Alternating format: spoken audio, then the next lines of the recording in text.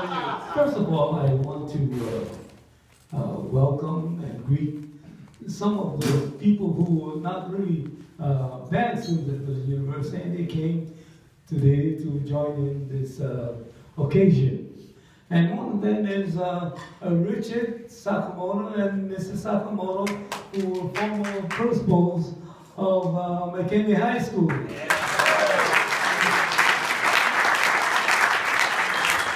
And Richard has a chance, he always come to concerts that I conduct. And then, I don't know whether you like it, but that's the way it goes. And then I have another friend who's a musician, not a band director, unfortunately. Okay? His name is Mark Yasuhara. Mark, will you stand up?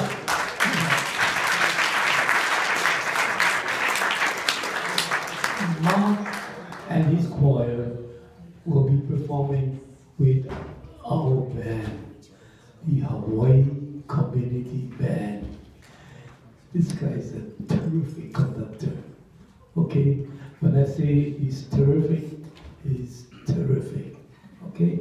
So Mark, later on we'll rehearse together. And then I have, a long time student, former student that's here today.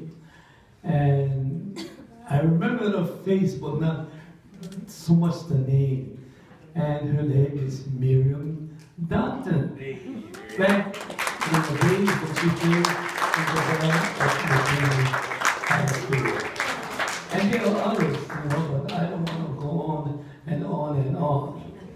But I do want to say a few things about the university band, the history and whatnot, because I think you should know about it.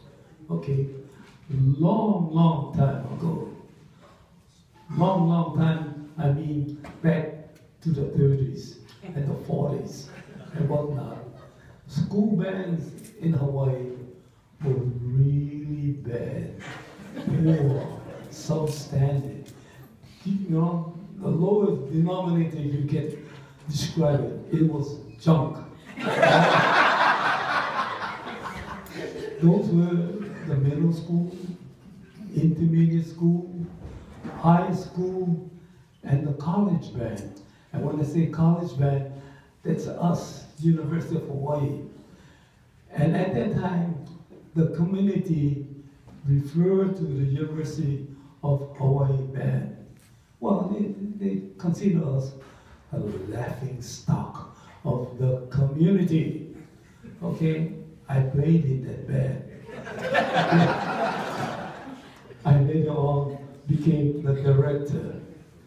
So things had to change if we were to upgrade, our band at the university, because that's what I was hired for.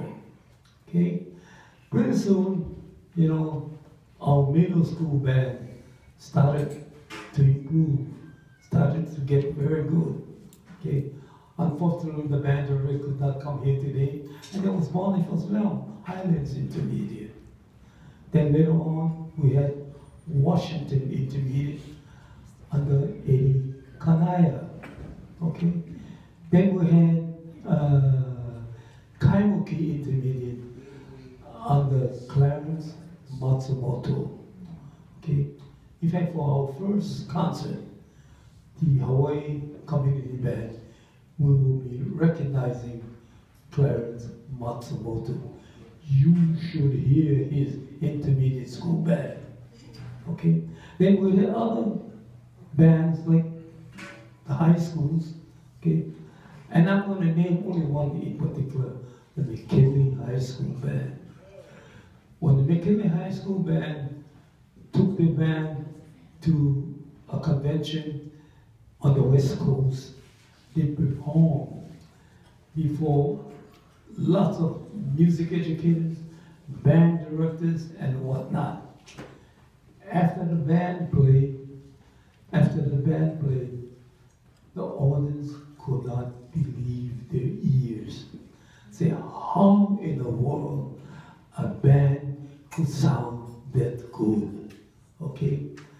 Especially the brass section, and I happen to be the coach of the brass section.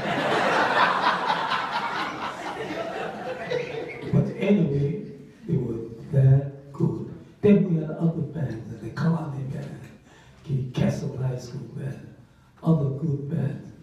I do want to say one thing. One of our first good high school band, when I say one of the first, I go back to 1930, okay? The Farrington High School Band, okay? And under the directorship of Mr. Earl Christoph.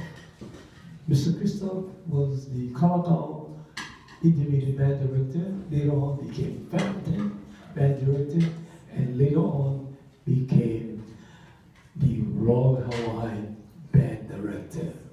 Okay. Oh, by the way, we had Clark, right? Is it Clark from there? There's a concert. Clark is presently the Royal Hawaiian band director. Clark, stand up, take a bow.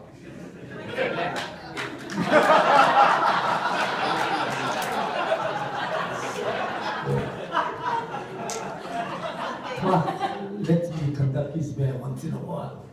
Okay. Now, how about the university band? Okay, you saw that picture of the marching band and whatnot.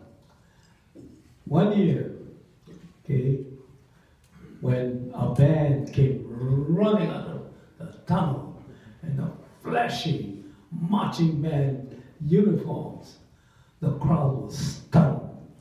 They thought it was the mainland band. Okay, they thought it was the mainland band. Okay, when Steve announced to them that it's the new University of Hawaii band, the entire, congregation of football, people stood up on their feet, okay, screaming, yelling, clapping, right? Giving praise and whatnot to Hawaii's band. They were so proud of you guys. You don't know it because I was there watching. Okay? I could not stop the halftime show. Okay? They clapped, they clapped, they clapped, they clapped. Okay? When they finally subsided, the applause, I started the show. I started the show too early because there was still a lot of noise and whatnot, to welcome the band, and the band missed step off. Half the band went, the other half. But that's how much, the band means to the people of Hawaii. Okay, and you should be proud of yourself. Okay. Another time, which I thought we did very well, okay, is when what I thought was the most foolish, okay, halftime show ever. That was Halloween. Halloween night. We put on a show that it was absolutely unbelievable.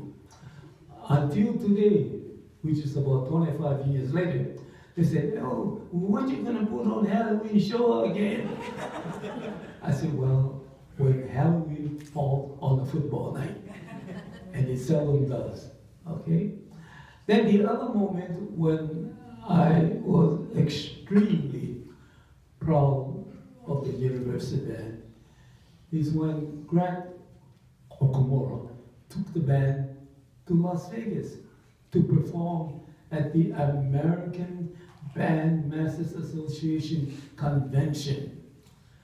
The band had to play alongside of the military bands, fine bands, other college bands, great, great, great bands, okay? So I was a little concerned. I said, wow, how are we going to make out? Well, when the whole evening and the whole week was over, the University of Hawaii band with Granny's director, was the only band that had a standing ovation. How about a big hand for that?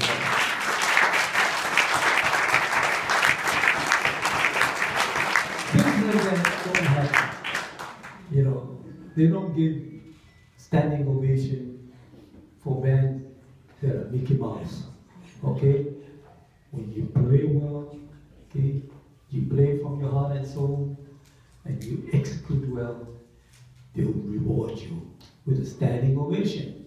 Okay? So, I can go on and on. I can write a book as to how we,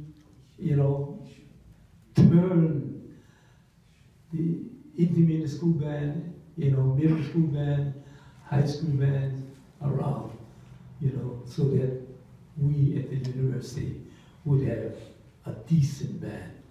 That decent band still exists today, and lucky thing we don't have Joe Pacheco in there. Aloha.